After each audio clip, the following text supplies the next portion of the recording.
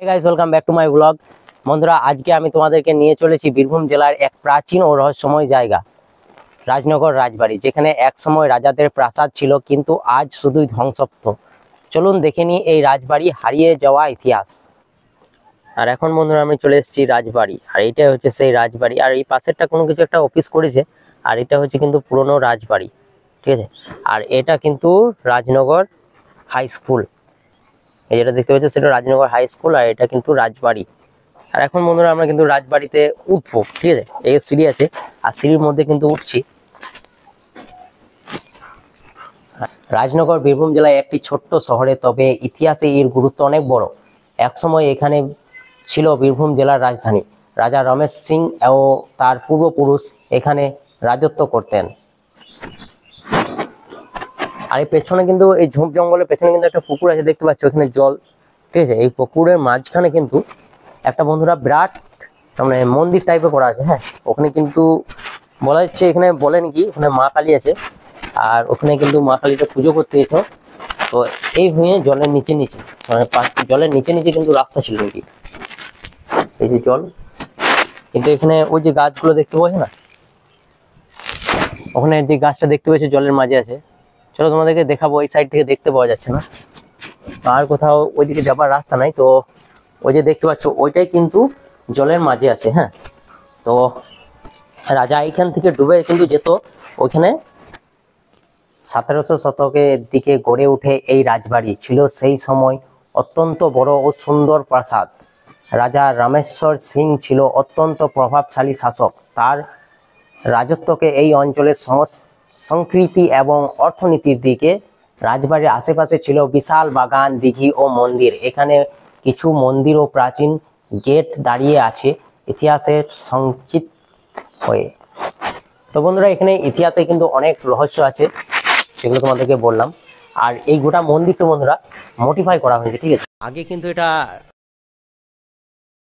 তারপরে কিছু মডিফাই করেছে, যেমন এই দেওয়ালটাতে উপরের দিকটাই যাওয়া যেত, ঠিক আছে, কিন্তু এই দেওয়ালটা বন্ধ করে দিয়েছে।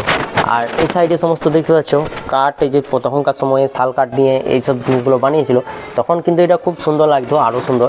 এটা মডিফাই করে দিয়েছে বলে কিন্তু অতটা সুন্দর না, কিন্তু আগেকার আমি একটা পিক দিয়ে দেবো, ঠিক আছে, ছবি। সেই ছবিটাতে তোমরা একবার দেখে নেবে যে কেমন, যেমন তোমরা দেখতে পাচ্ছ এখন ঠিক এইরকমই ছিল আগে রাজবাড়ি। আর বন্ধুরা রাজবাড়িটি কিন্তু অনেকটা বড়, ঠিক আছে। আর ওই পাশে যে সাদা কালারের দেখতে পাচ্ছ ওটা কোনো অফিস হয়েছে, এই আগে কিন্তু ছিল না, এই নতুন অফিসটা হয়েছে। আর এই সাইডেও কিন্তু, আর এগুলো সব আগেকার পুরনো শাল কাঠের ঢালাই।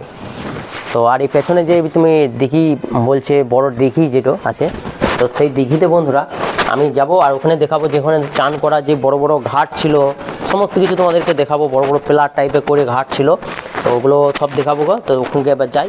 আর এই পাশে দেখতে পাচ্ছ কতটা বড় এরিয়া, এই পাশেও এরিয়া, ঠিক আছে, অনেকটা বড়। তখন খুব সুন্দর ছিল ধরো, আর এখন যত পুরনো হচ্ছে তত কিন্তু অতটা ভালো লাগছে না। আর এখানে কিন্তু আমরা একতলা উপরে আছি, তোমরা এইটার নিচে, আর এটাও তার দুতলা, হ্যাঁ এটা দুতলা। আর ওই উপরে যেটা দেখতে পাচ্ছ ওটা কিন্তু 3তলা, ঠিক আছে। এই তখনকার সময়ে কিন্তু এটা 3তলা রাজবাড়ি ছিল। তো চলো এখন যাই ওই দিকটায়, যে পাশে সবাই চান করছে। আর ওখানে পুকুরের মাঝে যেখানে কালী ঠাকুর আছে, ধরো ওখানে পুজো দিতে যেত রাজা। তো হিন্দু মন্দির ছিল, রাজবাড়ি ছিল এটা। তো চলো যাই ওখানে, যেয়ে দেখাই তোমাদেরকে। আর এই জায়গাটাতে কিন্তু বন্ধুরা আজও হাট হয়, ঠিক আছে। মানে প্রত্যেক বৃহস্পতিবার হাট হয়। আর এখানে তোমার গোটায় দেখতে হবে গরুর গঞ্জ গাদা আছে, ঠিক আছে, এখানে গরু কিন্তু বেঁধে রাখে। আর এইটা কিন্তু বৃহস্পতিবার দিন এলে পরে এই গোটা জায়গাটা তুমি পেরোতে পারবে না, এত পরিমাণ এখানে গরু থাকে বা লোকজন থাকে। সবজির হাট, সমস্ত কিছু হাট কিন্তু এখানে হয়। তো এখানে প্রচন্ড পরিমাণ, এখানে আদি বহুত পুরাতন এখানে হাট হয়, গরুর হাট। রাজনগর গরুর হাট নামে পরিচিত আছে, অনেক পুরনো। তো চলো এবার বন্ধুরা এইদিকে দেখাই তোমাদেরকে, ওই যে জায়গাটা বলছিলাম পুকুর টাইপের, তো ওগুলো সব দেখায়। আর এই পাশে কিন্তু বন্ধুরা, আর এখানে বন্ধুরা পুকুরের মাঝে সেই ঠাকুরটা থাকতো, এই তো এখানে কিন্তু একটা ঘর আছে। আর সেই ঘরটা কিন্তু এখন গাছ হয়ে গেছে। তো এটা বিরাট বড় একটা পুকুর, ওই পাশ থেকে এই পাশ অনেক বড়। আর এই ঘাটে কিন্তু তখন রানীরা চান করতো, এটা চান করার ঘাট ছিল। আর এটা কিন্তু বন্ধুরা কালী ঠাকুরের সেই যে জায়গাটা, যেখানে মন্দিরে রাজা পুজো দিতে যেত, এটা কিন্তু সেই জায়গা। আর বন্ধুরা আমরা এখন চলে এসেছি যেখানে সেই তোমাদেরকে বলেছিলাম পিলার আছে, ঠিক আছে। আর এইগুলো ছিল কিন্তু সেই পিলার, দেখো এই একটা পিলার আছে বহুত পুরাতন, আর অনেক আগেকার রাজার বানানো। আর এখানে ছিল রাজার কবরস্থান। আর এইখানে ছিল একটা কিছু ঘর যেটা আমার জানা নেই, ঠিক আছে। এখানে এমন কিছু ছিল যেটা জানা নাই। আর এইখানটাই বন্ধুরা দেখতে পাচ্ছ এই একটা ঘাট আছে রাজার, তখনকার সময় চান করতে যেত, সেই ঘাট এখনো আছে। এই সেই প্লাট আর এই সেই ঘাট, এই ঘাটের মধ্যে হয়তো রানীরা সব চান করতো। আর এইদিকে তোমরা দেখতে পাচ্ছ এখানে সেই পুকুরটা যেটা দেখালাম সেটা কিন্তু এইখান থেকে ওই যে দেখো,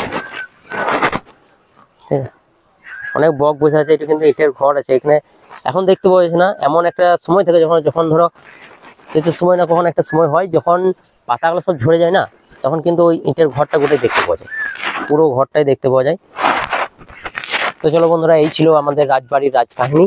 ঠিক আছে, আরেকটা জায়গা আছে বন্ধুরা এখান থেকে, সেই ফুলবাড়ি বলে একটা জায়গা, ঠিক আছে। ওই ফুলবাড়ি জায়গাটাতে কিন্তু বন্ধুরা ওখানে সব, তো যাই হোক ওই জায়গাটাকে যেতে পারবো না, কারণ এখান থেকে অনেকটা দূর আছে, এখানে যেতে হয় অনেকটা দূর রাস্তা।